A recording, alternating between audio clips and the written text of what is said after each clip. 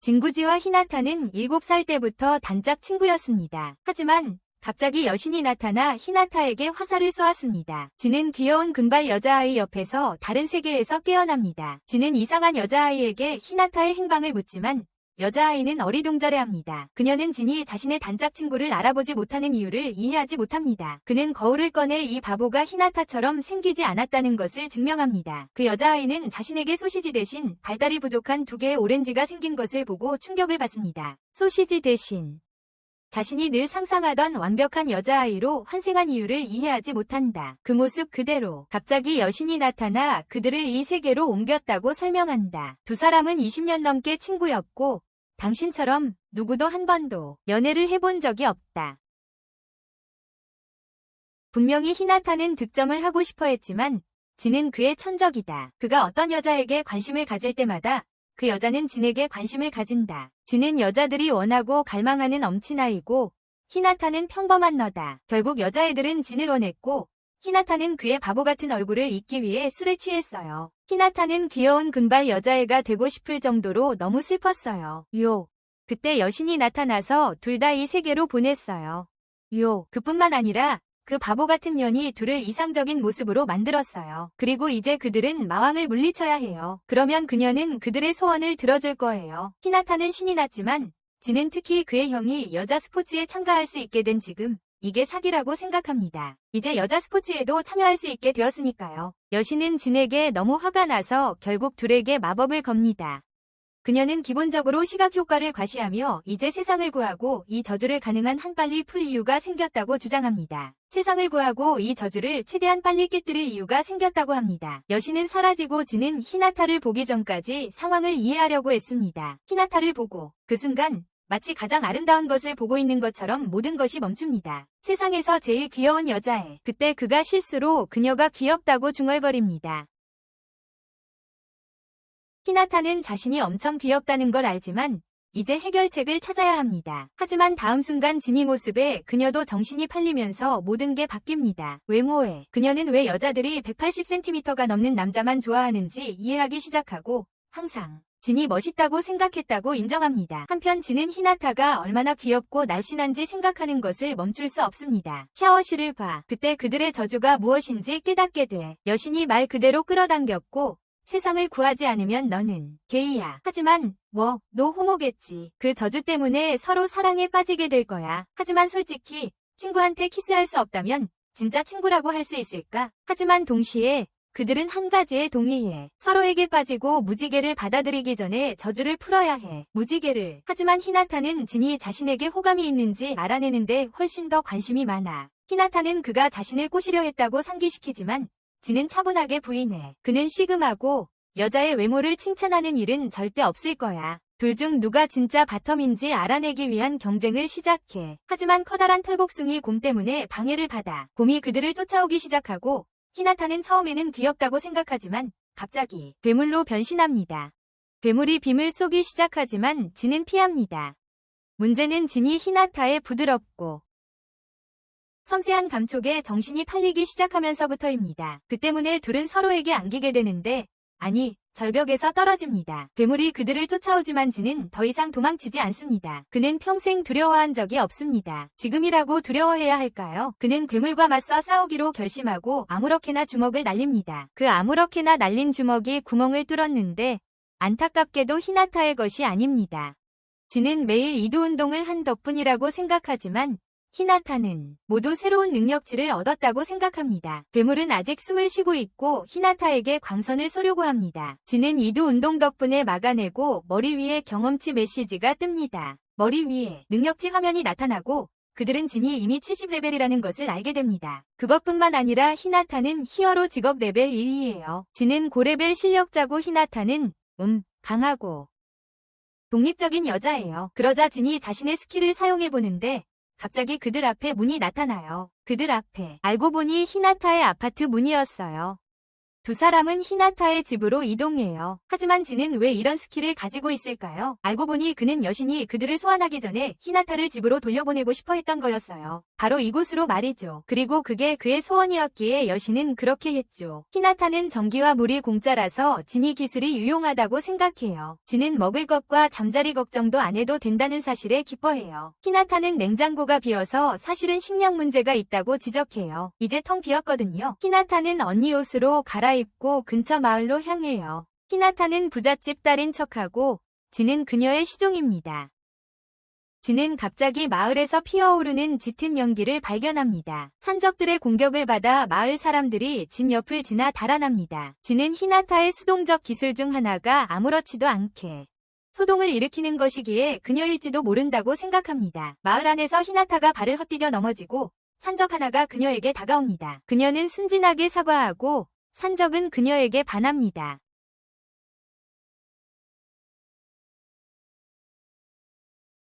산적은 그녀에게 청혼하며 그녀를 위해 도둑질을 그만두겠다고 약속합니다. 그녀. 또 다른 산적이 나타나 히나타에게 즉시 반합니다.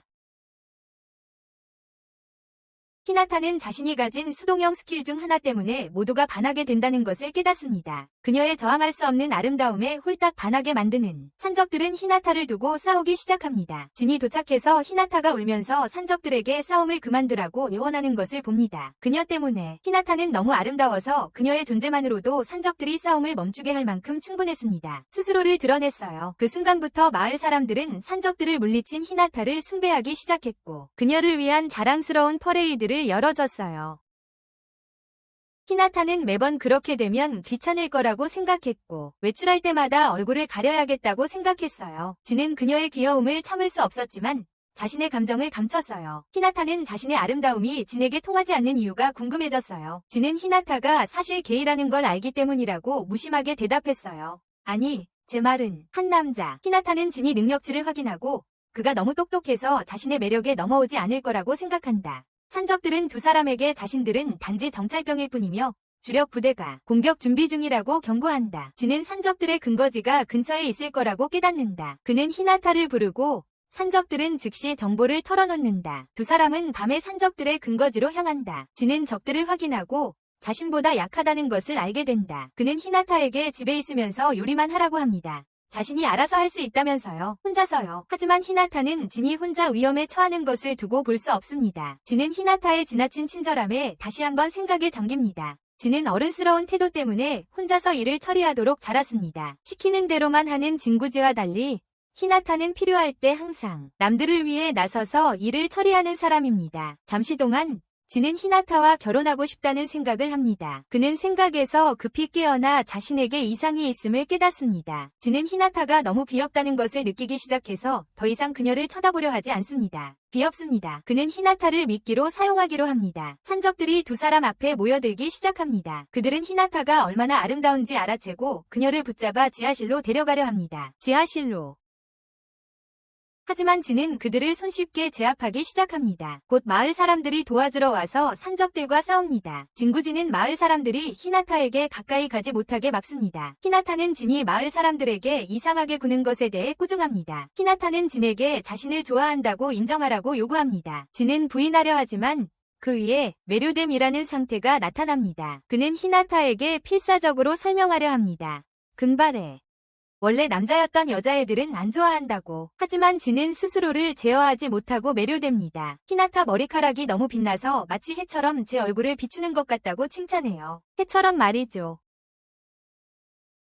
히나타는 소름 돋아서 진을 때렸지만 자신의 수동 스킬이 얼마나 강력한지 깨닫게 돼요. 자신의 수동 스킬이 얼마나 강력한지 깨달았어요. 진은 이제 자신이 나았다고 히나타에게 말하지만 전에는 이런 기분을 느껴본 적이 없다고 밝혀요. 이런 기분은 처음이라고요. 친구를 때리는 게 무서워서 대책을 세워야 한다고 제안해요. 대책을 세워야 한다고요. 히나타는 그 모든 것을 무시하고 산적들로부터 얻은 보물에만 신경 쓴다. 그 보물은 산적들이 가지고 있던 것이었다. 한 마을 사람이 그들에게 그들의 활약에 대한 보상으로 보물을 모두 가져가라고 제안한다. 히나타는 새 옷만 원한다고 대답한다. 히나타는 숲속의 불을 발견하지만 진은 히나타에게 반한 것이 얼마나 창피한지 생각한다. 진은 히나타에게 반한 것이 부끄럽다고 생각한다. 나중에 진은 자신이 물리친 곰의 털을 어떻게 할지 생각한다. 아이들은 그를 칭찬하지만 어떤 남자가 진이 일종의 수호자를 물리쳤다고 밝힌다. 숲의 신.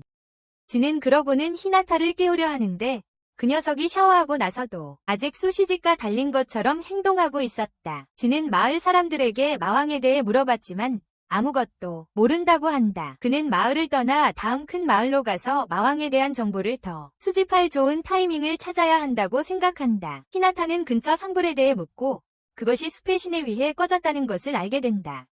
그들은 밖으로 나가 숲의 화재와 수호신의 상실에 대해 불평하는 몇몇 요정들의 이야기를 엿듣게 됩니다. 그들은 마을 사람들에게 범인들을 넘겨주기를 원했고 그렇지 않으면 마을을 파괴하겠다고 했습니다. 요정들은 마을 사람들에게 범인들을 넘기라고 요구했고 그렇지 않으면 마을을 파괴하겠다고 했습니다. 진과 히나타는 요정들에게 들키기 전에 서둘러 안으로 들어갔지만 그들은 계획을 세우고 요정들과 이야기하기로 합니다. 진은 숲을 태우는 것 외에는 다른 선택이 없었다고 주장했습니다. 하지만 그는 숲의 수호자 앞에서 어쩔 수 없었습니다. 죽이거나 죽거나 하는 상황이었습니다. 히나타는 진이 오만한 태도를 버리고 사과하길 바라지만 그는 거절합니다. 엘프 중 한 명인 루는 히나타의 빼어난 미모를 눈치채기 시작합니다. 하지만 그녀는 자신보다 훨씬 더 아름답다고 주장합니다. 엘프들은 사랑과 미의 여신을 숭배하며 그들의 긴 귀는 그들의 헌신을 증명합니다. 그들의 헌신. 진은 여신을 따르는 자들은 모두 광대라고 차갑게 응수합니다. 루는 두 사람에게 죄를 고백하고 용서를 빌라고 요구한다. 히나타는 너무 순해서 그저 무릎을 꿇기만 해도 용서받을 거라는 생각에 들뜬다. 단순히 무릎을 꿇는 것만으로 용서받을 거라고 생각하니. 하지만 진이 그녀를 막는다. 그는 루를 향해 히나타의 미모에 미치지 못하는 여자에게는 관심 없다며 그녀의 아름다움을 결코 인정하지 않겠다고 선언한다. 히나타의 미모에 필적할 만한 여자에게는 관심이 없다고. 루와 히나타는 누가 더 아름다운지 경쟁을 벌인다. 루는 마을 사람들에게 편을 들라고 요청하고 모두 히나타를 선택한다. 히나타는 동정심에서 루를 칭찬하지만 진이 그녀를 멈춘다. 그는 루에게 신앙을 바꾸라고 조언한다. 그녀의 여신이 분명히 그녀를 축복하지 않기 때문이다. 진이 항상 여신에게 모욕적인 말을 해서 루는 화가 난다. 그들이 악한 종교를 숭배하고 마을 사람들을 여신에게 돌려세웠다고 생각한다. 그들이 고의로 숲에 불을 지르고 그들의 수호신을 없앴다고 비난하며 그녀는 그들의 악행을 끝내기로 결심한다. 루는 활과 마법 화살로 진을 공격하려 하지만 두 사람은 피한다. 히나타는 진을 데리고 숲으로 달려가 나무 뒤에 숨는다. 요정들이 둘을 찾으러 숲으로 향하지만 진은 땅에서 돌을 집어들어 루의 머리카락에 던집니다. 돌이 루의 머리카락을 정확히 맞춥니다. 한 번에 루의 머리카락이 잘립니다. 루는 땅에 앉아 울먹입니다. 머리카락은 요정으로서의 그녀의 정체성이었기 때문입니다. 요정들이 루를 위로하는 동안 두 사람은 조용히 숲을 빠져나옵니다. 밤늦게 히나타는 걸어서 여행하는 것에 너무 지쳤다며 짜증을 냅니다. 진은 여전히 논리적입니다. 남자답게 계속 걷지 않으면 다음 마을에 도착하려면 3일이 더 걸린다고 설명합니다. 다음 마을까지는 앞으로 3일 더 걸어야 합니다. 진은 포기하고 오늘은 여기까지 하기로 하고 저녁 먹으러 집에 가기로 한다. 히나타는 별이 빛나는 하늘 아래서 같이 저녁을 먹자고 진을 초대한다. 그녀는 진이 구운 고기의 맛을 칭찬한다.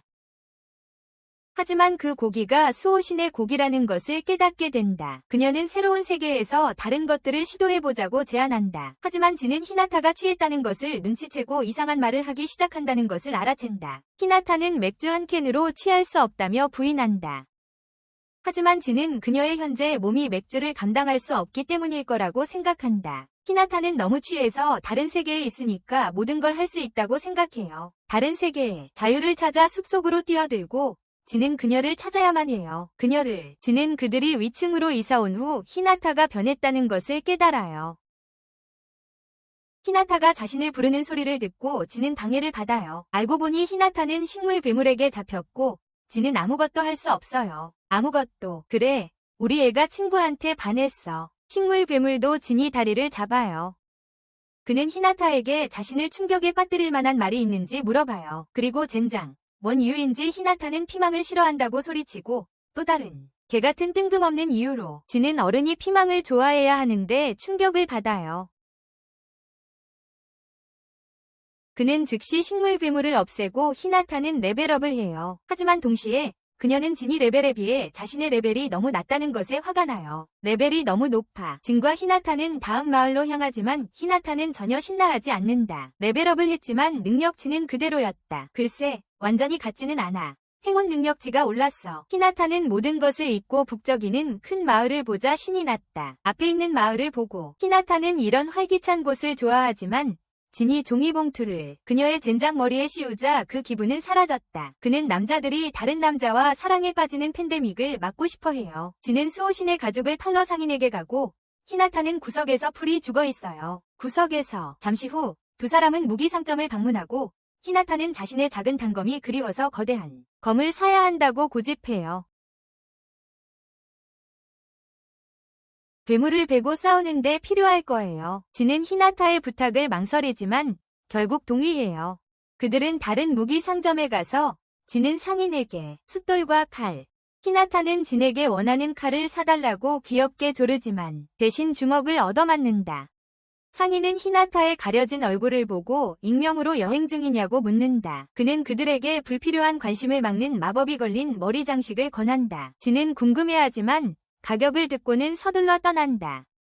히나타는 자신의 매력을 이용해서 머리 장식 값을 깎아보자고 제안한다. 장식. 히나타는 종이봉투를 벗겨내고 가게로 돌아갑니다. 점원에게 귀엽게 굴자 점원은 즉시 매료되어 가게 전체를 주겠다고 합니다. 진이 나서려 하지만 이미 모든 마을 사람들이 히나타의 얼굴을 보고 반해버렸기 때문에 너무 늦었습니다. 진은 자신의 능력을 사용하여 히나타를 자신의 집으로 던져보냅니다. 그는 장식품을 사기로 합니다. 그러면 히나타가 밖에 나가도 문제를 일으키지 않을 테니까요. 그는 히나타의 집으로 돌아와 그녀가 다른 생각을 가지고 있음을 알게 됩니다. 진이 집에 있는 동안 모든 여행을 하고 필요할 때 문을 소환하는 능력만 사용하면 문제를 피할 수 있다고 생각합니다. 집에 있는 동안 이동은 진이 모두 하고 필요할 때만 문을 소환하는 능력을 사용하면 된다는 겁니다. 하지만 진은 그녀의 속셈을 알고 있습니다. 이 게으른 멍청이는 걷기 싫은 겁니다. 진은 그녀의 계획에 문제가 될 수 있는 많은 점들을 지적하기 시작합니다. 만약 진이 죽으면 히나타는 어떻게 현실 세계로 돌아갈 수 있습니까?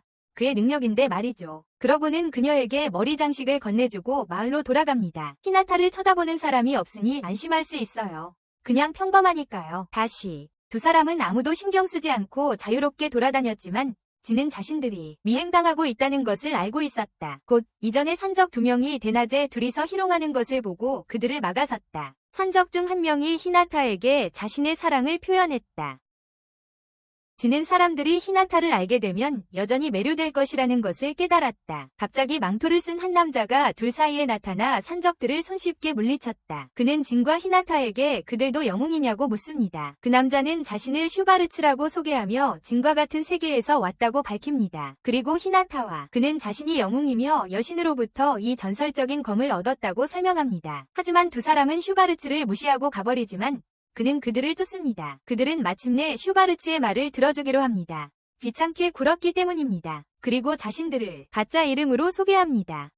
슈바르츠는 히나타와 이야기하며 즉시 매료됩니다. 그는 진이 훌륭한 사윗감을 찾는 딸을 보호해줄 서희를 찾는 히나타의 아버지일 거라고 생각합니다. 딸을 보호할 만한 사람을 찾고 있다고 생각하는 거죠. 슈왈츠는 자신이 할 수 있는 일이 하나뿐이라고 결론 내립니다. 그는 히나타와 결혼할 만큼 강하고 진에게 도전할 만큼 강하다는 것을 증명하고 싶어 합니다. 슈왈츠는 전설적인 검으로 공격하고 진은 히나타를 보호하기 위해 그녀를 잡습니다. 공격은 집 한 채에 닿고 집은 순식간에 두 동강 납니다. 슈왈츠는 그들을 위협하며 더 강력한 공격을 할 수 있다는 척하지만 사실은 이 녀석은 이 검을 한 번도 써본 적이 없고 긴장해서 떨고 있습니다.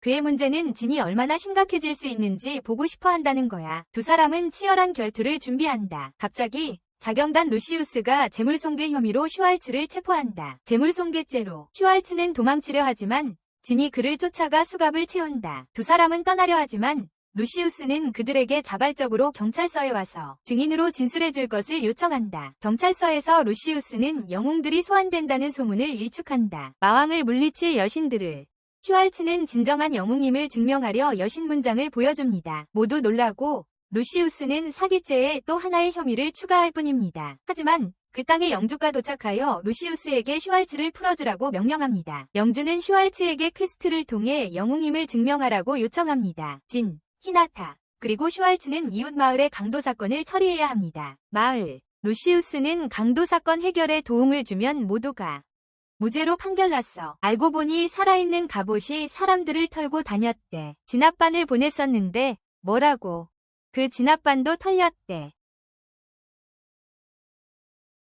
가는 길에 갑옷 입은 전사가 나타나 바로 앞에 슈왈츠가 공격하려는데 진이 말려 숲이 다 파괴될 수 있다고 칼을 쓰면 슈왈츠는 대신 쉴드의 검으로 갑옷 전사와 싸우기로 해. 그는 갑옷 전사들과 맞서 싸우지만 공격 하나를 피하지 못합니다. 그 순간 갑옷 전사는 슈왈츠의 옷을 벗겨냅니다. 그의 옷, 칼, 모든 것이 사라지고 전사에게 먹힙니다. 그 후 갑옷 전사는 히나타를 바라보며 그녀의 티아라를 원합니다. 루시우스는 그녀에게 도망치라고 말하고 히나타는 티아라를 넘겨줄까 고민합니다. 하지만 진이 그녀를 막습니다. 히나타는 진이 마을을 자유롭게 다닐 수 있는 그녀의 자유를 빼앗기고 싶지 않아서 그런 거라고 생각하지만 그것보다 훨씬 더 복잡한 이유가 있습니다. 진은 그게 공무원 3년치 연봉에 해당한다고 간단히 말합니다. 루시우스는 갑옷을 입은 전사를 검으로 칩니다. 하지만 그는 아무렇지도 않습니다. 대신 루시우스의 옷이 벗겨집니다. 갑옷을 입은 전사는 자신을 비즈드라고 소개하며 그는 마왕군 최고위 장교 중 한 명입니다. 루시우스는 히나타에게 새 옷을 받고 그들에게 자신의 새로운 계획을 설명합니다. 그녀는 미끼 역할을 하는 동안 모두가 비즈들을 공격할 것입니다. 히나타는 루시우스가 그렇게 하면 결국 옷을 벗게 될 거라고 생각하며 그녀를 막습니다. 그래, 그녀는 진 쪽으로 돌아서고 진은 히나타에게 자신의 코트를 빌려줍니다. 그는 자신의 옷을 입은 그녀의 모습에 반하지 않을 수 없습니다. 여러분들과는 달리 진은 여자가 자신의 셔츠를 입었을 때 어떤 모습인지 실제로 알고 있습니다. 그때 빌어먹을 상태 메시지가 히나타에게 다시 한번 매료되었다는 것을 보여줍니다. 모두들 그가 이것을 패티시라고 생각하며 그를 놀립니다. 비즈드는 그들이 자신을 무시하는 것에 지쳐 공격을 시작합니다. 진은 한 번이 손바닥으로 공격을 막습니다. 자기 재킷을 입었다고 해서 자신이 그녀에게 끌리거나 집착할 거라고 생각하는 히나타를 꾸짖는다. 자기 재킷을 입었다고. 히나타는 비즈드가 이미 그에게 접근했고 곧 공격하려 한다고 경고한다. 공격하려고. 하지만 진은 비즈드의 모든 공격을 쉽게 피한다. 진은 약간 주의가 산만해져서 비즈드가 공격을 가하지만 그는 아무렇지도 않다. 비즈드는 자신의 도끼의 직격타가 효과가 없다면 자신은 마법 힘을 흡수하고 부스터에 집중해야 해. 비즈드의 갑옷이 강화되고 공격을 준비하는 동안 진은 정신이 팔렸다. 비즈드의 얼굴에 손을 냅다 내리쳐 바로 쓰러뜨린다. 비즈드의 갑옷이 폭발하지만 진과 히나타는 대화에 너무 정신이 팔려서 눈치채지 못한다. 비즈드의 인간 모습이 갑옷에서 나오면서 그들이 대화를 중단했는데 알고 보니 여자였다. 팀은 비즈드를 신문하기 위해 마을로 돌아갑니다. 그들은 그녀를 지하실로 데려가 마왕의 위치에 대해 신문하지만 비즈드는 대답하지 않습니다. 다음날 아침 슈바르츠는 히나타를 깨워 함께 아침을 먹자고 합니다. 그와 함께 아침 식사를 하자고 초대합니다. 하지만 침실에는 진만 있습니다.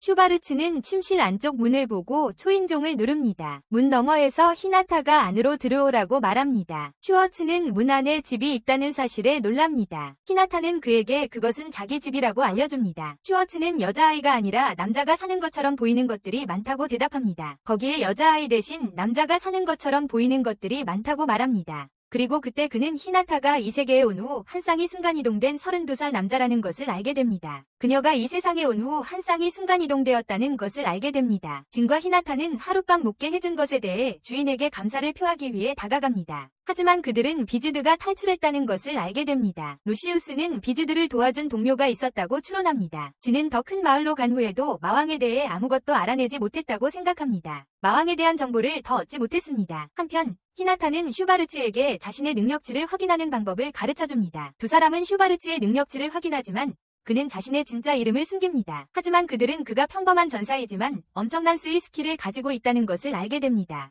평범한 전사이기도 합니다. 세 사람은 하늘이 보라색 빛과 함께 갈라지는 순간 갑자기 방해를 받습니다. 슈왈츠가 실수로 밤의 여신을 소환하는 능력을 사용합니다. 12명의 여신 중 한 명인 그녀는 슈왈츠에게 소환된 이유를 묻습니다. 슈왈츠는 실수로 소환했다고 인정합니다. 루시우스와 경비병들은 무릎을 꿇고 진정한 영웅이라고 믿지 못한 것을 용서해달라고 슈왈츠에게 부탁합니다. 믿지 못한 것을 용서해달라고 합니다. 밤의 여신은 히나타를 자세히 살펴보고 그녀가 사랑의 여신이 선택한 영웅임을 깨닫습니다. 사랑의 여신이 선택한 영웅이라는 것을 알게 됩니다. 밤의 여신은 사랑의 여신이 두 명의 영웅을 소환하며 규칙을 어기고 있다고 생각합니다. 사람들, 슈왈츠는 두 사람이 어떻게 다시 환생하게 되었는지 궁금해합니다. 여신은 슈왈츠가 성검그람을 받았다고 지적합니다. 그는 그것이 세상에서 가장 강력한 것으로 무엇이든 베어낼 수 있다고 생각했습니다. 여신은 여신들이 영웅들에게 무기와 능력을 주는 것은 반드시 따라야 하는 규칙이라고 설명합니다. 히나타는 여신이 최고의 무기를 줄지도 모른다고 생각하며 신이 납니다. 진구지는 그들의 여신이 자신들 둘을 소환한 이유가 히나타에게 있어 진구지가 가장 강력한 무기이기 때문임을 깨닫습니다. 히나타는 진구지가 모두 중에서 가장 강하다는 것을 인정하려 하지 않습니다. 밤의 여신이 떠나고 슈바르츠는 그녀에게 감사를 표합니다. 그러자 마을 사람 중 한 명이 그들에게 먹을 것과 돈이 무한정으로 공급되는 그들의 마을에 사유양이 있는지 묻습니다. 슈바르츠는 기꺼이 동의합니다. 히나타는 마을 사람들의 제안에 흔들리지만 진구지는 거절합니다. 히나타는 그렇게 후한 제안을 왜 거절했는지 궁금해하지만 그는 그녀에게 한 곳에 머무르는 것은 안전하지 않다고 경고합니다. 적들이 그들의 위치를 알게 될 테니까요. 장소. 히나타는 마을 사람들의 제안을 거절할 만한 타당한 이유라고 생각하지 않습니다. 진구지는 히나타가 추천했던 것처럼 자유롭게 여행하고 여정을 즐기고 싶다고 말합니다. 히나타가 추천한 대로 히나타는 마침내 설득되어 다음날 떠납니다. 마을 사람들은 그들에게 지도를 건네주며 작별 인사를 합니다. 왕도에 도착하려면 2주가 걸린다는 것을 알게 됩니다. 두 사람이 함께 달리는데 옆에서 루가 감금된 마차를 발견합니다. 두 사람은 밀고 하지 않으려고 아무렇지 않은 척합니다. 밤에 히나타는 어릴 적 숲에서 넘어졌던 기억을 꿈꿉니다. 그리고 진구지가 그를 도와줍니다. 진구지는 히나타의 방에 들어가 그녀가 초등학교 졸업 앨범을 보고 있는 것을 봅니다. 히나타는 진구지에게 자신이 어릴 적 셀로판 테이프가 되는 꿈을 꾸었다는 것을 보여줍니다. 진구지는 히나타가 여자아이가 아니라 셀로판 테이프가 되었으면 했어요. 진구지가 계속 셀로판 테이프라고 놀리니까 둘이 싸웠어요. 꿈이었어요. 히나타는 졸업 앨범에서 진구지의 창피한 꿈을 보려고 했지만 진구지는 재빨리 낙서를 해버렸어요. 둘은 계속 여행을 했고 히나타는 진구지를 무시하기로 했어요. 진구지는 히나타가 너무 유치하다고 꾸중했지만 히나타는 진구지가 자기가 그랬어. 히나타는 진구지가 꿈에 대해 적었던 것을 기억하려고 애썼다. 갑자기 오징어 장수가 그들을 멈춰 세웠다. 그들은 다투고 있다는 것을 엿듣고 그들에게 구운 오징어를 건넸다. 히나타가 오징어를 먹으려는 순간 장수는 그녀의 아름다움을 알아차렸다. 진구지는 히나타를 설득하느라 정신이 없었다. 둘 다 틀렸다고. 그는 히나타가 오징어 장수와 함께 사라진 것을 눈치채지 못했다. 몇 개의 촉수만 있으면 그녀를 따라오게 할 수 있었다. 하지만 그는 그저 히나타가 초등학교 졸업 앨범에 낙서한 것에 대한 보복으로 자신을 장난치는 것이라고 생각합니다. 그녀의 초등학교 졸업 앨범에 낙서한 것에 대한 보복으로 진구지는 그들이 이전에 룰을 보았던 마차를 발견합니다. 그는 그것을 수색하려 하지만 실수로 그것을 파괴합니다. 그는 마차를 부순 것에 대해 사과하며 손을 제어할 수 없었다고 션마차 주인에게 항의합니다. 손을 제어할 수 없었습니다. 그는 션에게 이전에 그의 마차에 요정 여자가 있었는지 묻습니다. 션은 확인하며 그가 그녀를 찾고 있는지 묻습니다. 진구지는 사실 히나타를 찾고 있습니다. 션은 그에게 찾는 여자가 예쁘다면 희생물로 팔릴지도 모른다고 경고합니다. 희생제물로 팔릴 수도 있다고 말이죠. 그 마을에서는 아름다운 사람들을 신에게 제물로 바치는 축제를 열거든요. 그들의 신에게 말이죠. 히나타는 루와 함께 포로로 잡혀갑니다. 오랫동안 찾아다닌 끝에 히나타를 찾았으니 루는 그녀에게 복수할 것을 맹세합니다. 그렇게 오랫동안 찾았으니까요. 그녀는 히나타에게 마을 사람들이 자신에게 매료되어 선택했을 뿐이라고 상기시킨다. 그녀는 경쟁심을 느끼고 포로로 잡은 자들이 분명히 자신의 아름다움을 더 선호한다고 생각한다. 그녀는 포로 중 한 명이 히나타에게 청혼하며 자신이 그녀를 위해 마을을 버리겠다고 말하자 말을 끊는다. 루는 분노로 인해 스스로 풀려난다. 그녀는 히나타에게 미인 대회를 제안하지만 다시 한번 진다. 진구지는 낚시터로 끌려간다. 그 마을은 오랫동안 가난했지만 갑작스러운 등장으로 거대한 오징어의 덕분에 갑자기 어획량이 풍부해졌습니다. 하지만 그들은 그것이 대가로 산 재물을 요구했다고 합니다. 신은 그 재물이 아름답지만 성깔 있는 여자이어야 한다고 합니다. 진구지는 신을 처치하기로 결심하지만 그렇게 하면 사람들은 흉년을 맞게 될 것입니다. 어업이 흉년을 맞을 것입니다. 션은 그에게 루와 히나타가 잡힌 이유는 가장 아름다운 후보를 바치는 마을 사람이 다음 마을의 수장이 될 것이기 때문이라고 알려줍니다. 진구지는 션이 자신을 계속 따라다니는 이유를 궁금해합니다. 자신에게는 그에게 보상할 돈. 션은 루를 희생양으로 삼은 것에 대해 죄책감을 느낀다. 션은 그를 히나타가 있을지도 모르는 버려진 창고로 데려간다. 그들은 창고 문을 열었지만 루만 발견한다. 그들은 루를 구출하여 집으로 데려가 저녁을 먹는다. 진구지는 루에게 히나타의 행방을 묻는다. 루는 그에게 히나타는 다음 해돋이를 볼 수 없을 거라고 경고한다. 진구지는 화가 나서 히나타의 위치를 알려달라고 요구한다. 루가 그에게 휴전을 제안한다. 그녀는 그가 자신을 돕는 한 자신도 그를 돕겠다고 약속한다. 그녀는 그 마을 사람들이 오징어를 신으로 숭배한다고 알려준다. 그가 그 신을 그들 앞에서 죽이면 축제는 망가지고 마을은 혼란에 빠질 것이다. 션은 축제를 방해하는 것이 좋은 생각이라는 데 동의하지만 그것은 거대한 오징어를 수중에서 물리치는 것은 불가능할 것이다. 진구지는 그들의 걱정을 무시하고 기회를 찾아서 오징어를 그는 신을 쓰러뜨리는데 루의 도움을 빌리고 싶어하며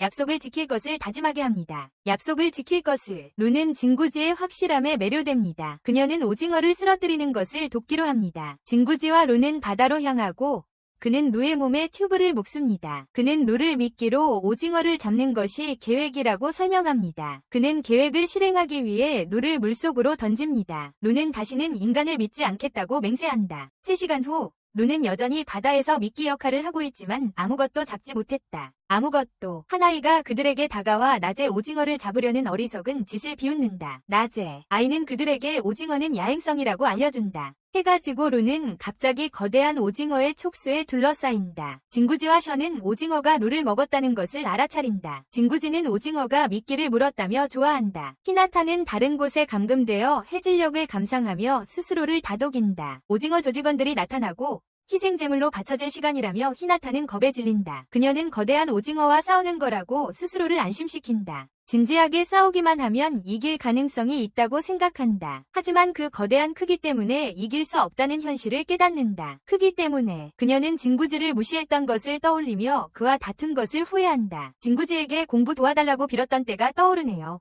그때 싸우고 일주일이나 말 안 했었죠. 결국 싸움이 났고 진구지는 일주일 동안 그녀와 말하지 않았습니다. 진구지에게 의지할 수 없다는 걸 깨달은 히나타는 스스로 해결책을 찾아야 합니다. 직접 행동에 나서기로 합니다. 그녀는 남자들을 매혹시켜 혼란을 일으키고 그 틈을 타 도망칠 계획을 세웁니다. 탈출할 기회를 노립니다. 티아라를 벗으려고 필사적으로 머리를 흔듭니다.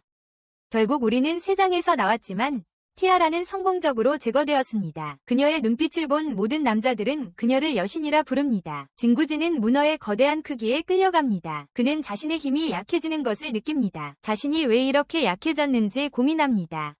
그는 갑자기 뒤에서 들리는 소리를 듣습니다. 히나타는 거대한 문어 조각상을 오르고 있는데 마을의 모든 여자들은 그녀를 즉시 제물로 바치려 합니다. 그들은 그녀가 자신의 남편들을 매혹하고 유혹했다고 비난합니다. 마을 남자들은 모두 그녀에게 청혼합니다. 오징어 단원들은 히나타가 그들의 신에게 바쳐질 제물이라고 마을 사람들에게 상기시킵니다. 하지만 마을 여자들은 여전히 그녀의 아름다움으로 남편들을 현혹했다며 그녀를 비난합니다. 그녀의 아름다움으로 히나타는 결심을 굳힙니다. 그녀는 마을의 전통을 따르지 않겠다고 맹세합니다. 그들은 방문객들을 제물로 바치기 때문에 그녀는 마을의 환대에 실망했습니다. 희생. 진구지는 히나타에게 가까워진 후 힘을 되찾고 힘들이지 않고 바다에서 문어를 끌어올리며 그녀에게 다가갑니다. 히나타는 진구지에게 자신의 팔에 한계가 왔다고 알립니다. 그녀는 진구지에게 마을 사람들을 어떻게든 해달라고 요원합니다. 그는 자신의 힘을 이용해 문어를 마을의 문어상 조각상 쪽으로 던집니다. 문어의 머리가 조각상 위에 떨어지면서 조각상은 파괴됩니다. 모든 마을 사람들은 죽어가는 신을 보고 울부짖습니다. 문어는 히나타를 보고 그녀를 잡으려고 촉수를 뻗습니다. 오징어가 히나타를 마지막 만찬으로 삼으려 하지만 히나타가 다리로 막는다. 다리로. 루는 여전히 오징어 입안에 있고 히나타의 다리를 잡는다. 히나타를 함께 끌어내리려 하지만 히나타는 오징어가 곧 패배할 거라고 알린다. 진구지는 루에게 칼을 던진다. 루는 히나타를 구하고 오징어를 조각낸다. 루는 마을 사람 중 한 명에게서 횃불을 가져와 오징어와 그 조각상을 태운다. 그녀는 구운 오징어를 실컷 먹는다. 그녀는 마을 사람들에게 함께 먹자고 권한다. 오징어 무리들은 패배를 인정하고 더 이상 사람을 오징어 괴물에게 희생시킬 수 없다고 선언한다. 더 이상 사람의 목숨을 오징어 괴물에게 바칠 수 없다고 한다. 루가 다음 마을 대표로 선출된다.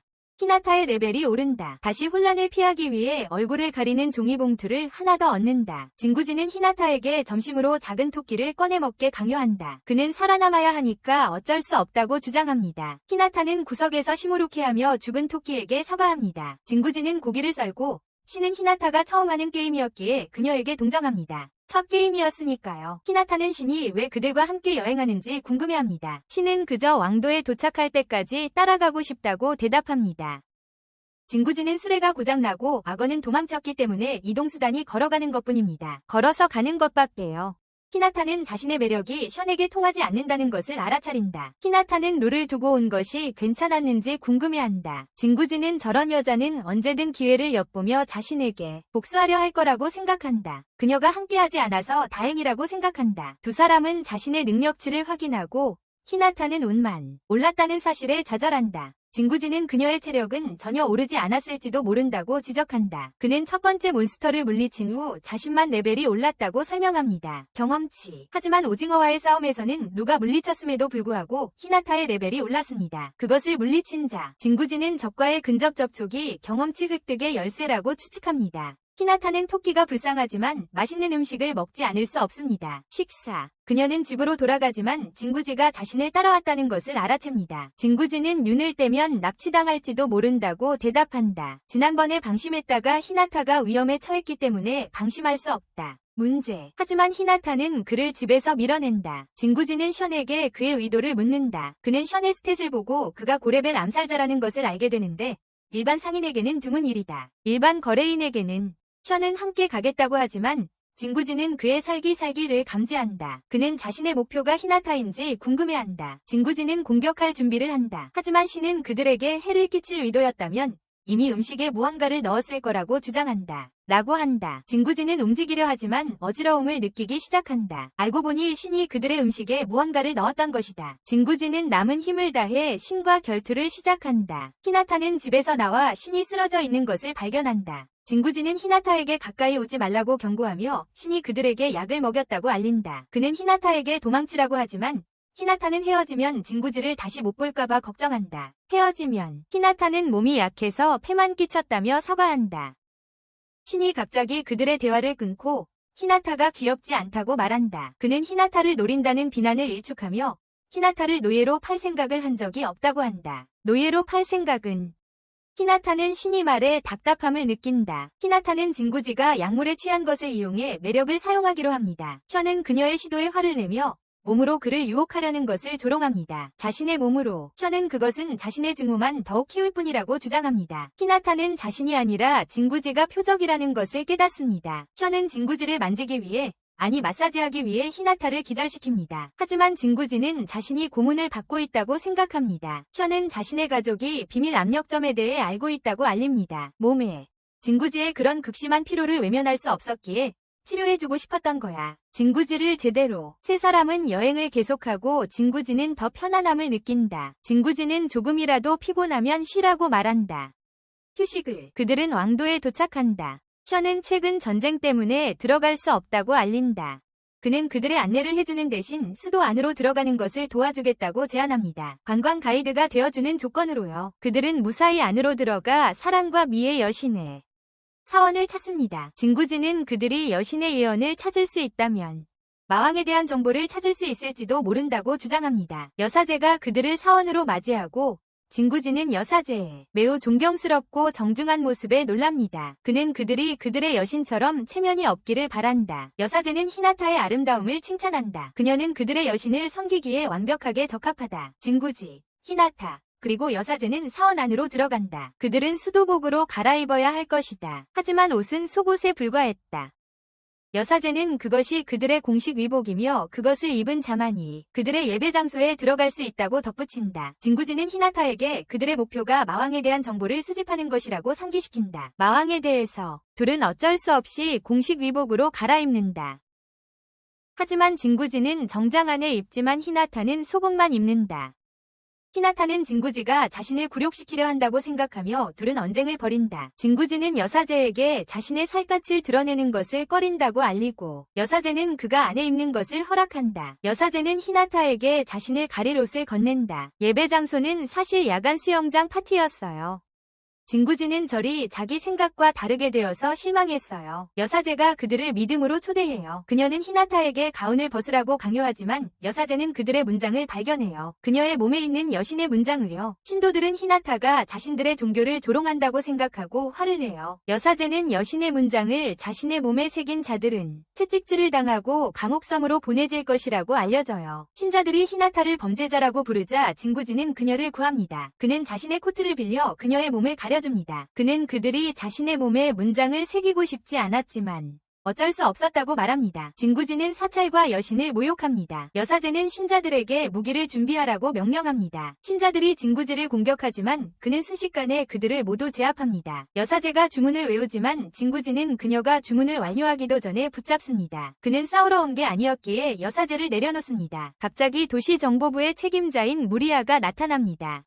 그녀는 진구지와 히나타가 여신이 소환한 영웅들이라고 선포합니다. 그녀는 누구든 그들에게 간섭하는 것을 금합니다. 무리아는 두 사람을 궁전으로 데려가 세계 지도를 보여줍니다. 그들은 여신의 축복을 받았기에 왕족으로 여겨집니다. 그녀는 사랑과 미의 여신이 왕족을 창조했다고 설명합니다.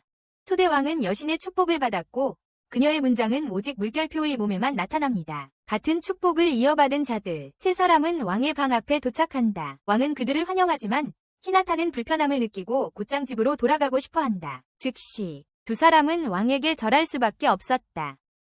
진구지는 히나타에게 왕에게 매력을 어필하려면 티아라를 벗으라고 넌지시 말한다. 왕에게 히나타는 티아라를 벗지만 왕이나 그의 경호원들에게 아무런 영향도 미치지 못한다. 왕은 두 사람이 여신의 예언을 모르는 것을 알고 그들에게 노래로 알려줍니다. 그리고 노래 가사의 의미는 여신이 아름다운 여인을 영웅으로서 도시로 불러들였다는 것을 설명합니다. 아름다운 여인을 영웅으로서 도시로 불러들였다는 것입니다. 백성들은 여신의 문장을 지닌 영웅들을 안전한 곳으로 인도하라는 명령을 받았습니다. 안전한 곳으로 왕은 그들을 여신이 부른 영웅이라 선포하고 다른 누구보다 먼저 마왕을 물리칠 것을 격려합니다. 다른 누구보다 먼저 마왕을 물리치라고 그 목적을 위해 왕국은 그들을 끝없이 지원할 것입니다. 진구지는 왕국이 어떤 지원을 할 것인지 묻습니다. 왕은 왕국의 국고에 있는 모든 것을 내놓겠다고 말합니다. 히나타는 자신의 매력이 통했음을 깨닫습니다. 히나타는 진구지에게 자신의 외모도 인정해달라고 부탁합니다. 진구지는 차분하게 그녀의 얼굴은 매우 유용할 수 있지만 자신의 취향이 아니라고 대답합니다. 히나타는 계속해서 칭찬을 요구합니다. 미리아가 그들을 중단시키며 곧 있을 연애를 알립니다. 진구지는 연애에서 히나타를 보고 얼굴이 붉어진다. 그는 두 사람의 앞날을 상상하기 시작한다. 진구지는 생각에서 깨어나 당황한다. 그는 히나타의 연애 입장을 금한다. 미리아는 히나타를 밖으로 데리고 나간다. 그녀는 진구지가 기사들에게 명령을 내려 귀족들이 히나타에게 접근하는 것을 막았으니 어쩔 수 없다고 말한다. 진구지는 밖에 있는 히나타에게 음식을 가져다 준다. 술을 달라고 하는데 지난번처럼 숲으로 도망갈까 봐 걱정하는 거예요. 그때처럼 션이 나타나서 히나타가 그의 술을 부러워하게 만들어요. 진구지는 히나타를 잡아채며 자기가 항상 지켜줄 거란 걸 알면서도 너무 부주의하다고 꾸중해요. 항상 지켜줄 거라고. 미리아는 연회장이니까 진구지가 너무 심하게 나가는 걸 막으려 해요. 진구지는 거절하며 최근 히나타의 행실이 도저히 참을 수 없다고 말해요. 진구지의 끊임없는 꾸중에 지친 히나타는 궁으로 도망쳐요. 히나타는 진구지가 자신을 위해 경고했을 뿐이라는 것을 깨닫고 자신의 과잉 반응을 후회합니다. 자신을 위해서 그녀는 진구지의 매력을 깨닫기 시작하고 동료 남성에게 반해서는 안 된다는 것을 상기합니다. 남성 동료에게 반하면 안 된다고 스스로에게 일깨워줍니다. 그녀는 돌아서서 자신이 좋아하는 스타일과 똑같이 생긴 공주를 발견합니다. 유그레이는 왕족 공주이며 자유를 위해 뛰어내리려 하고 있습니다. 히나타는 그녀가 뛰어내리는 것을 막습니다. 유그레인은 멈추기를 거부합니다. 히나타가 진구지에 대해 유그레인과 이야기한다. 그를 위해 아무것도 해줄 수 없다는 사실에 걱정하고 있다. 연애를 이용해서 그를 돕고 싶었지만 오히려 그를 화나게 만들었다. 유그레인은 진구지의 마음을 얻는데 실패해서 그녀가 우울해하는 거라고 생각한다. 자신에게 반하게 하지 못해서 자신의 상황을 절망적이라고 말하지만 그녀 덕분에 정신적으로 무너지는 것을 막았다며 고마워한다. 인간 팬케이크가 되는 것을 막아줘서 히나타는 아름다운 공주와 시간을 보내서 기분이 좋다. 나중에 진구지는 히나타와 이야기하려 하지만 히나타는 아직도 유그레인을 생각하고 있다. 갑자기 유그레인이 그들의 방에 들어온다. 그녀는 히나타가 영웅이라는 것을 알게 된다. 그녀는 히나타에게 무례하게 대한 것에 대해 사과한다. 유그레인은 히나타에게 마왕을 물리치는 여정에 자신을 데려가 달라고 부탁한다. 진구지는 말을 끊고 유그레인의 부탁을 거절한다. 그는 그들의 여정이 너무 위험하다고 설명한다. 그는 그녀가 왜 그들과 함께 여행하고 싶어 하는지 묻는다. 유그레인이 대답하기도 전에 히나타가 그녀를 신문하는 것을 막았습니다. 히나타는 유그레인에게 말할 수 없는 이유가 있다는 것을 알고 있습니다. 그녀는 또한 유그레인이 다시 자기 목숨을 끊으려 할까봐 걱정합니다. 세 사람은 왕에게 허락을 구하러 갔지만 유그레인이 공무를 처리해야 한다는 이유로 거절당했습니다. 왕은 또한 그녀가 여전히 좋아하는 수건 없이는 잠 못 이루는 아이와 같다고 말했습니다. 제일 좋아하는 수건. 왕은 히나타의 의견을 물었습니다. 진구지는 대신 대답하며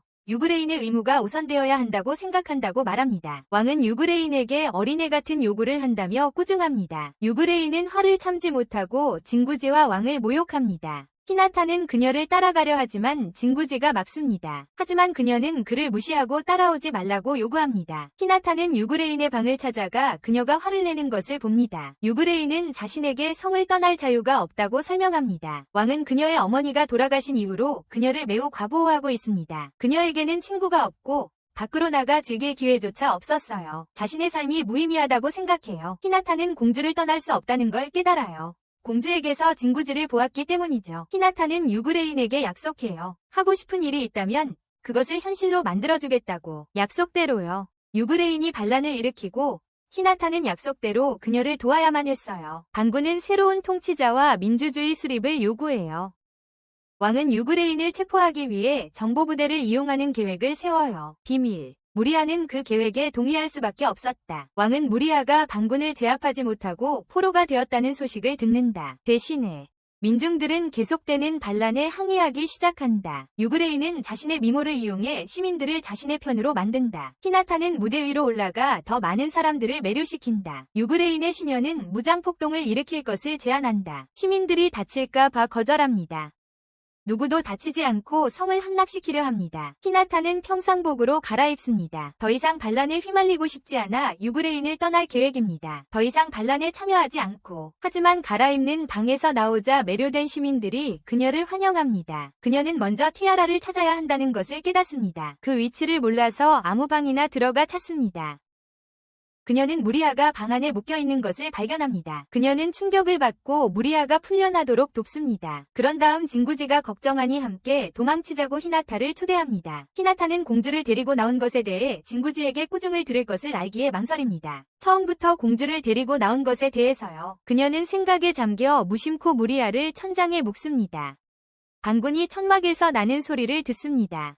히나타는 사과하고 무리아를 두고 떠나서 들키지 않게 합니다. 군인들이 히나타를 보고 쫓기 시작합니다. 히나타는 상황이 복잡해졌다는 것을 깨닫습니다. 진구지의 도움 없이는 아무것도 할 수 없습니다. 친구들이 자신을 진구지에게 폐를 끼치는 존재라고 놀렸던 기억이 납니다. 머슴장이 방에 들어오면서 생각이 끊깁니다. 머슴장이는 히나타에게 피로를 풀어주는 미끈미끈한 마사지를 해주겠다고 합니다. 공주의 소원이 히나타 덕분에 이루어졌다고 히나타를 안심시킵니다. 위로받은 히나타 는 울기 시작합니다. 대감댁이 그녀에게 경고합니다. 그녀의 몸은 신이 저주이지 축복이 아니기에 항상 위험하다고. 신이 저주지 선물이 아니라고. 약한 몸 때문에 아무것도 할 수 없다고. 대감댁은 그녀에게 자신의 잘못이 아니면 모든 것은 신이 탓이라고 생각하게 만듭니다. 모든 것이 신이 탓이라고. 대감댁은 히나타의 문장에 손을 대고 세뇌를 시작합니다. 히나타를 진구지에게 질투하게 만듭니다. 히나타가 영웅이 되어야 함에도 불구하고 진구지가 그녀의 주목을 빼앗고 있다고. 그녀는 진구지에게서 떨어져 있으라고 히나타에게 명령합니다.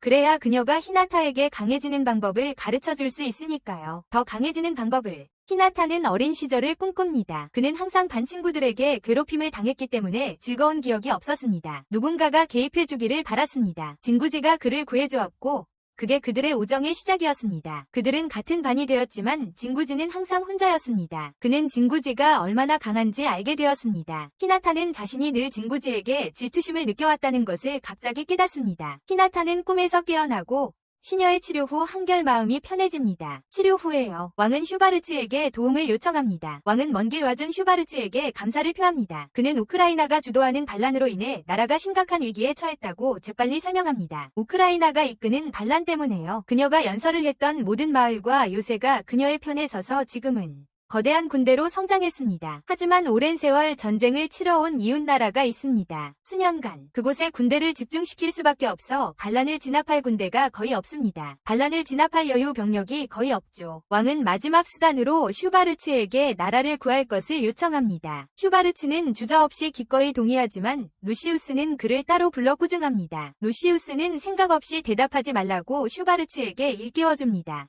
가능성이 있으니까요. 영웅으로서의 지위가 자신에게 이용될 줄이야. 슈왈츠는 폭동으로 인해 사람들이 위험해질 거라고 설명합니다. 그는 자신의 능력으로 어려움에 처한 사람들을 돕고 싶어 합니다. 루시우스는 슈왈츠의 성장에 감회가 새롭습니다. 그녀는 슈왈츠가 하고 싶은 대로 하도록 내버려둡니다. 슈왈츠는 그 세력과 마주하고 당황하기 시작합니다. 어떻게 해야 할지 몰라서 루시우스는 그에게 방군과 이야기를 나눠보라고 조언합니다. 들에게 슈왈츠는 그 파벌에 자신감 있게 자신을 소개하려 하지만 루시우스가 그의 앞을 가로막고 그들을 꾸짖기 시작한다. 그녀는 그들에게 물러서라고 아니면 왕의 분노에 직면하라고 요구한다. 그 파벌은 겁먹지 않고 루시우스를 조롱한다. 그 파벌은 왕도를 무너뜨릴 임무를 맡았다고 선언한다. 루시우스는 슈왈츠에게 검을 쓰라고 명령한다. 그는 실제로 검으로 사람들과 싸우는 것에 대해 주저하지만 루시우스는 그의 검의 힘을 항상 두려워하는 그를 꾸짖는다. 그녀는 그의 검의 힘이 그를 지배해서는 안 되고 그가 검을 지배해야 한다고 말합니다. 그 파벌은 슈바르츠를 공격하기 위해 그에게로 향합니다. 하지만 슈바르츠는 단 한 번의 검격으로 그들의 옷과 의지를 베어버립니다. 검 한 번 휘두르는 것으로 그는 자신의 검의 진정한 힘에 기뻐하며 자축합니다. 그 파벌은 어쩔 수 없이 맨등을 보이고 후퇴합니다.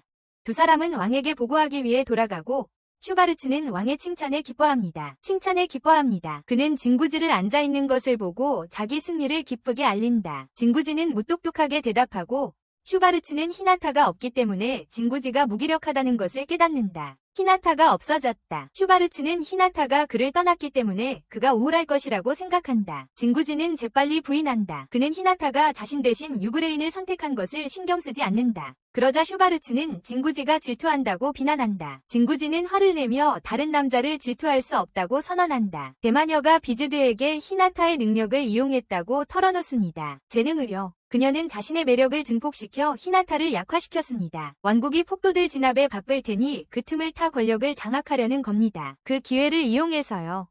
기사가 끼어들자 대마녀는 재빨리 비즈드를 숨깁니다. 수도의 반란군을 제압했다고 보고합니다.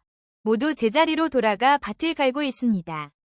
기사는 그 남자들이 지난 몇 일 동안의 기억을 모두 잃었다고 보고합니다. 수석하녀는 비즈드와 함께 재빨리 다른 계획을 세웁니다. 그녀는 그들의 마법은 쉽게 풀릴 수 있기 때문에 소용없을 거라는 것을 깨닫습니다. 수석하녀는 자신이 쏟았던 모든 노력을 떠올리며 무너지기 시작합니다. 자신의 계획에 매일 자비를 하는 것부터 수석하녀가 되기까지 그녀는 정보를 수집하고 계획을 세우기 위해 모든 것을 했습니다. 하지만 그녀는 그 왕국의 마음 조종을 풀 수 있는 사람이 있다는 것을 알아채지 못했습니다. 그녀는 직접 나서서 왕국을 날려버리기로 결심합니다. 수석 시녀가 유그레인과 히나타를 왕국의 지하 무기고로 안내합니다. 그녀는 계획이 실패했으니 최후의 수단에 의존해야 한다고 말합니다. 유그레인은 자신의 목적을 위해 왕국의 방어 시스템을 이용하는 것에 죄책감을 느끼기 시작합니다. 피해가 덜한 다른 방법을 사용하는 게 더 낫다고 생각하기 때문입니다. 수석 시녀는 그녀에게 왕국에서 혼자 겪었던 모든 고난을 상기시키며 세뇌하기 시작합니다. 혼자서 말이죠. 그녀는 유그레인의 문장에 손을 대고 첫 번째 문을 열도록 그녀를 부추깁니다. 그녀는 히나타가 두 번째 문을 열도록 안내한다. 시녀는 유그레인에게 더 이상 쓸모가 없다고 판단하여 기절시킨다. 비즈드는 히나타를 방 안에 숨겨진 방으로 밀어넣어 에너지원으로 사용하려 한다. 으로 시녀가 스위치를 켰다. 진구지와 슈바르츠는 거대한 로봇이 도시로 나오는 것을 목격한다. 루시아는 그것이 그들의 왕국의 수호신이라고 말한다. 로봇의 얼굴이 갑자기 확장되고 거대한 광선이 발사된다. 왕은 모든 것을 목격하고 그들의 수호신이 왜 자신들의 도시를 공격하는지 위하여합니다. 왕은 그들에게 그 신의 이름이 마에판이며 그들의 여신이 그들을 보호하기 위해 준 선물이라고 알립니다. 그들의 여신이 그들의 보호를 위해 준 선물이라고 말합니다. 진구지는 마에판을 풀어놓은 것이 유그레인과 히나타라는 것을 깨닫고 놀랍니다. 히나타가 고의로 그런 짓을 할 리가 없기 때문입니다. 비즈드가 마에판을 조종하고 그리고 시녀가 방향을 조종합니다. 마에판이 또 다른 광선을 발사할 준비를 합니다. 슈바르츠, 루치아, 그리고 왕은 도망치지만 진구지는 남습니다. 그는 마에판을 막는 것을 자신의 의무로 여깁니다. 슈바르츠는 그와 함께 남기로 결정합니다. 아마 그들만이 그것을 막을 수 있을 거라고 깨닫고서 진구지는 갑자기 슈바르츠에게 혼자서 하라고 합니다. 히나타와 헤어진 후로 초능력을 잃었기 때문입니다. 슈바르츠는 당황하기 시작합니다. 션은 마을 사람들의 목숨이 그의 손에 달려있다며 그에게 영웅이 되라고 격려합니다. 매판이 광선을 발사하고 슈바르츠는 검으로 그것을 베어냅니다. 비즈드는 매판의 공격을 막은 그들을 칭찬합니다. 슈바르츠는 그들이 마주한 것이 악마 군주 세력이라는 것을 알고 신을 물리치겠다는 결의를 더욱 다집니다. 마왕의 군대를 비즈드는 그들에게 히나타를 다칠 수 있으니 매판을 공격하지 말라고 경고합니다. 비즈드는 다시 광선을 발사하지만 빗나갑니다. 신여장은 적에게 너무 관대하다며 그녀를 꾸짖습니다. 반복해서 공격했다면 쉽게 이길 수 있었을 텐데 비즈드는 마에판이 빔을 계속 쏠 수 없다고 반박합니다. 그녀는 적들이 신의 약점을 눈치채지 못하도록 시간을 벌기 위해 빔을 사용했다고 덧붙입니다. 신의 약점을 하녀는 또한 그녀가 적에게 히나타의 위치를 알려준 것에 대해 꾸짖습니다. 진구지와 슈바르츠는 빔을 피해 건물에서 뛰어내립니다. 진구지는 비즈드를 일부러 자극해서 도시가 아닌 자신들을 공격하게 만들었다고 밝힙니다. 그는 비즈드의 계획을 알아챘어. 메이판이 연속으로 쏠 수 없다는 걸 알고 그녀가 시간을 끌려고 했던 걸 알아. 진구지는 그 시간을 이용해 히나타에게 접근해서 도울 수 있도록 계획을 말해 싸움을 돕도록 션이 그들에게 악어를 건네줘. 히나타가 깨어나 메이판에서 왕국의 상황을 봐. 진구지와 슈왈츠는 악어를 이용해 메이판에 접근해. 슈왈츠는 검으로 날아오는 광선을 막으며 그들을 보호해. 비즈드는 진구지가 히나타에게 가까워지는 것을 원하지 않아요. 그의 힘이 돌아오는 것을 막기 위해서죠. 그녀는 마에판에 가장 강력한 힘을 사용하기로 결심합니다. 마에판은 광선 발사를 멈추고 진구지와 슈바르츠를 짓밟으려 합니다. 안에서 히나타가 말을 걸고 진구지는 충격을 받습니다. 그녀는 비즈드로부터 마에판의 조종권을 빼앗습니다. 진구지는 그녀에게 내려오라고 하지만 엄청난 힘을 얻었기에 거절합니다. 그녀는 진구지를 반드시 쓰러뜨리겠다고 맹세합니다. 자기가 무력하다는 이유로 자신을 무시한다고 그를 비난합니다. 그가 항상 여자들에게 인기가 많다는 것을 언급합니다. 그의 상사 아내들조차도 그가 일을 잘해서 좋아합니다. 하지만 어떤 종류의 일인지는 알 수 없습니다. 히나타는 인생 처음으로 강한 힘을 느낍니다. 이제 그녀는 진구지에게 맞설 용기가 생겼습니다. 슈왈츠는 그들이 힘으로 메이판에 들어가 히나타를 구출할 것을 제안합니다. 진구지는 그렇게 오랜 시간이 지났는데도 힘이 돌아오지 않았기 때문에 나쁜 생각이라고 생각합니다. 히나타에게 가까이 다가가 그는 그들 사이의 거리가 자신의 힘과는 아무런 상관이 없다는 것을 깨닫는다. 그는 또한 그들의 능력치가 더 이상 나타나지 않는다는 것을 알아차린다. 히나타가 갑자기 마에판으로 그 둘을 공격한다. 그녀는 진구지와의 문제가 칭찬받고 싶다는 것이라고 선언한다. 그녀는 그들이 함께 있을 때마다 항상 자신을 무시한다고 지적한다. 그녀는 그를 칭찬하게 만들기 위해 그보다 강해지기로 결심한다. 슈바르츠는 진구지에게 히나타를 칭찬하라고 부추긴다. 진구지는 히나타를 멋지다고 하지만 히나타는 진심이 아니란 걸 알고 광선을 쏩니다. 그에게 진구지는 자신의 능력을 사용해 히나타 집의 문을 소환하고 방패로 사용합니다. 히나타는 자신은 한 번도 그렇게 칭찬받은 적이 없다며 진구지에 대한 질투를 계속 드러냅니다. 칭찬받은 적이 없다고. 그리고 진구지는 자신에게 칭찬할 만한 점이 없다고 생각합니다. 히나타는 울기 시작하며 자신에게는 아무것도 없고 자랑할 수 있는 건 진구지가 친구라는 것뿐이라고 말합니다. 진구지는 히나타의 공격을 피하지 않지만 슈바르츠가 그를 밀쳐냅니다. 길에서 그는 히나타에게 괴롭게 만들어서 미안하다고 사과합니다. 하지만 그는 태어나서 한 번도 해본 적이 없어서 누구를 칭찬하는 방법을 모른다고 말합니다. 태어나서부터 해왔어요.